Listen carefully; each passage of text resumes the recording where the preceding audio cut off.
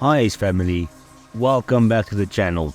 Now it's been a while since my last video and I'm excited to share my journey after spending around about 21 hours in this epic world. This might not seem like much, but a lot has changed in this time. If you missed my previous adventures, I would recommend checking them out for a deeper dive into my BDO experience. I've continued my journey as a Drakania in the vast world of Black Desert Online. During my 21 hours of adventure, I've reached level 54 and I am amazed at how fast my character has grown. Yet, I've heard that this is a slow pace. One of my last bosses that I had to face was Hex Marie. Now I hope I pronounced her name correctly. I've been doing various quests and exploring some new areas. This includes the new Halloween themed quest. However, some aspects like abilities and skills still puzzle me.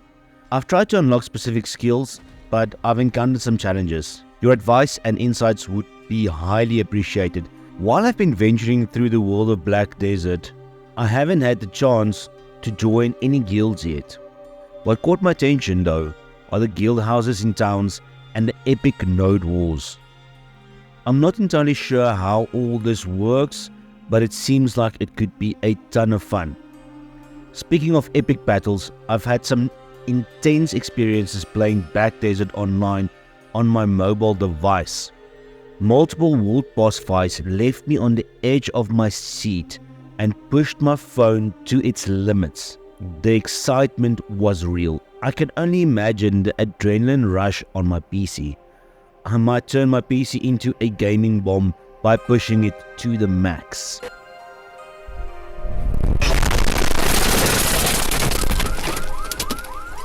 One notable aspect about BDO is that it doesn't follow the traditional DLC route.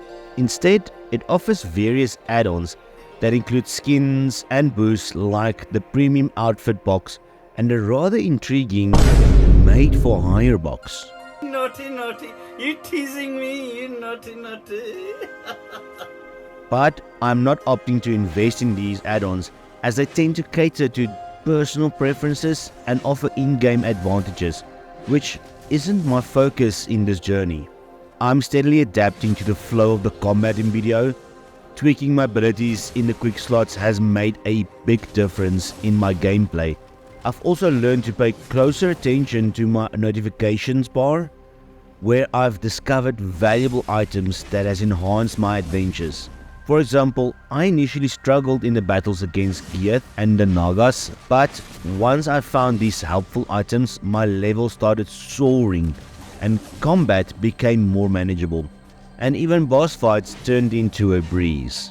One location that left a lasting impression is the Delphine Knight's Castle, where harpies were attacking. It's visually striking, although I was left wanting a bit more dynamics in the fights, as they can feel repetitive. Imagine how awe-inspiring it could be with some dynamic encounters. However, another place that deserves a special mention is Calphion. This sprawling metropolis is nothing short of massive. It's so vast that without the move to quest option, I'd probably end up lost in its big streets. The city is teeming with NPCs, each going about their business, and the sight of lines of soldiers throughout the city creates an undeniable atmosphere of a city at war. It's one of those truly immersive experiences that make you feel like you're part of this epic world. As I continue my journey, one aspect of BDO that's been growing on me is the combat system. It's not just about smashing buttons, it's about timing, order, and skill. One thing that I had wrong in my previous video. I've learned that getting a continuous flow of sword swinging, in my case, isn't just about button smashing. It's also about having the right equipment, and the best equipment added that can make battles significantly more manageable. It's fascinating how the combat system of BDO is evolving for me, adding depth to the gameplay. I've been diving into various quests, both main and side, and exploring the learning curve that comes with them. Initially, I encountered some side quests that didn't quite match my expectations, and I was beginning to question the main questline, which seemed rather mundane. But here's where it gets interesting. My viewpoint took a twist. Surprisingly, as I progressed, the main questline transformed. It shifted from repetitive and boring to action-packed and exciting.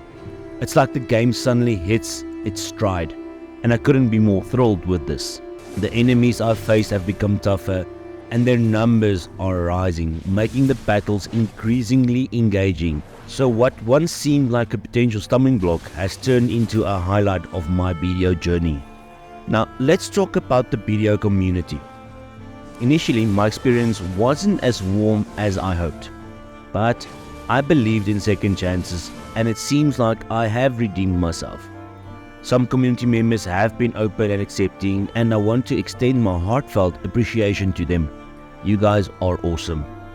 My hope is that we can build a fun and engaging community, not just within BDO, but also across the entire MMO universe. Together we can make the world of online gaming even more enjoyable. After all, isn't that what these worlds are all about? Exploring, battling, and most importantly, having fun together. That wraps up my update on adventures in BDO. After just 21 hours of playtime, the journey has been a roller coaster of surprises, challenges, and discoveries. I'm excited to see where the road takes me next in this incredible world.